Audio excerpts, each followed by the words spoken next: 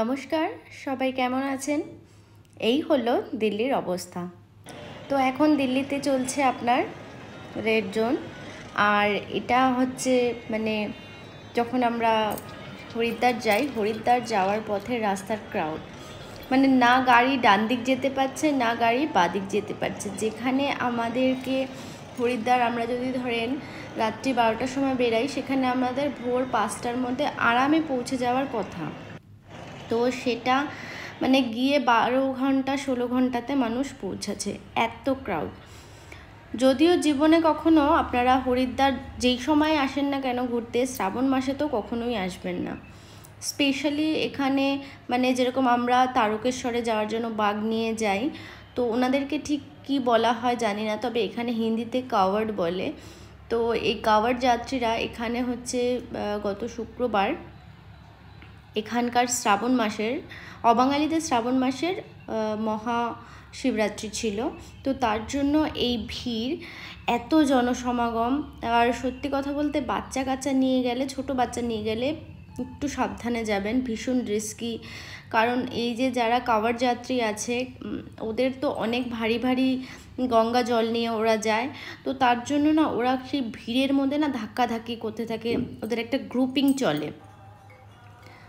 আর এই সন্ধেবেলায় হরিদ্বার গেলে সন্ধে আরতি যদি আমরা না দেখি, তো হরিদ্বারটা যাওয়াটাই সম্পূর্ণ হয় না। কেন জানি না, এতবার গিয়েছি হরিদ্বার, তবুও সন্ধ্যা আরতি না দেখলে আমার ব্যক্তিগতভাবে ভালো লাগে না। এত সুন্দর, এত নিষ্ঠা, মানে এত ভালো লাগে দেখলে পরে, মনের মধ্যে আলাদা একটাই ভক্তি চলে আসে। জানি না আপনাদের কার কীরকম লাগে, আমার ব্যক্তিগতভাবে খুব ভালো লাগে। দেখতে পাচ্ছেন এখনও ভিড়, উপরের ওইদিকে দেখতে পাচ্ছেন, এটা হচ্ছে আপনার ব্রহ্মকুণ্ডের ঘাট। হরিদ্বারে হচ্ছে আপনার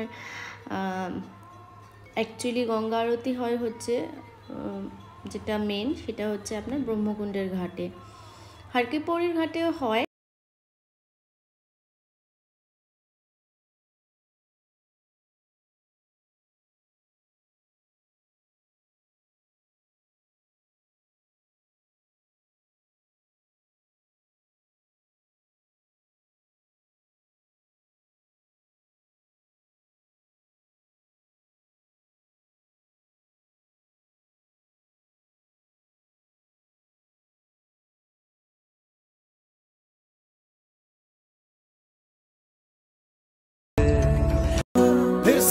चला उड़ के छोड़ा है जहान, नींद मैं तुम्हारे अब हूँ हवाले। अब दूर दूर लोग बाग मीलों दूर ये वादियाँ।